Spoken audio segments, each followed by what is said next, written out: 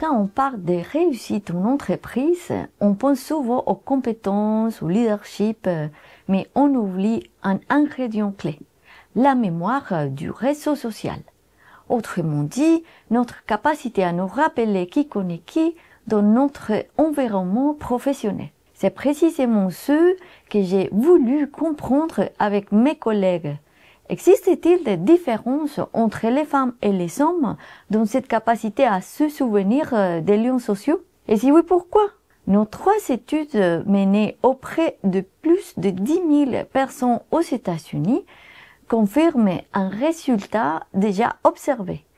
Les femmes se rappellent en moyenne mieux que les hommes des connexions sociales. Un atout important pour se socialiser, mais aussi pour progresser dans sa carrière. Mais ce n'est pas tout.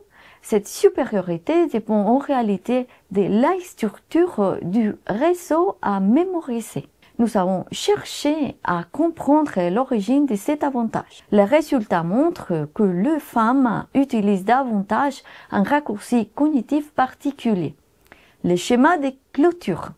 C'est une stratégie mentale qui consiste à supposer que si A connaît B et B connaît C, alors A et C se connaissent aussi. Ces mécanismes façonnés par la socialisation poussent les femmes à avoir des liens là où elles perçoivent de la proximité. Et c'est bien là un point essentiel à souligner. Ces différences ne sont pas biologiques. Nous ne testons pas le facteur biologique, mais nos résultats montrent quels sont le fruit des mécanismes de socialisation. Mais dans des réseaux plus fragmentés, avec des trous structurels, c'est-à-dire des personnes non reliées entre elles, cette stratégie devient moins fiable. Dans ces cas-là, hommes et femmes sont aussi précis ou imprécis.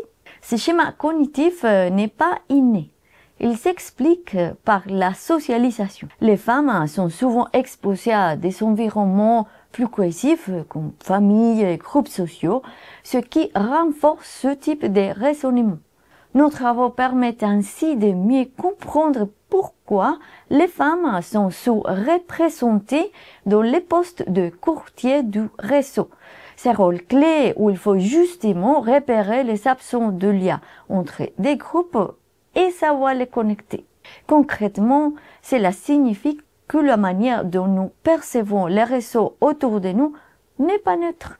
Elle est façonnée par notre vécu, nos processus de socialisation, nos habitudes relationnelles. Pour les managers, c'est un levier d'action. Il faut être conscient de ces biais cognitifs pour mieux former, mieux accompagner et aussi mieux valoriser les talents, hommes comme femmes, dans la gestion des réseaux professionnels.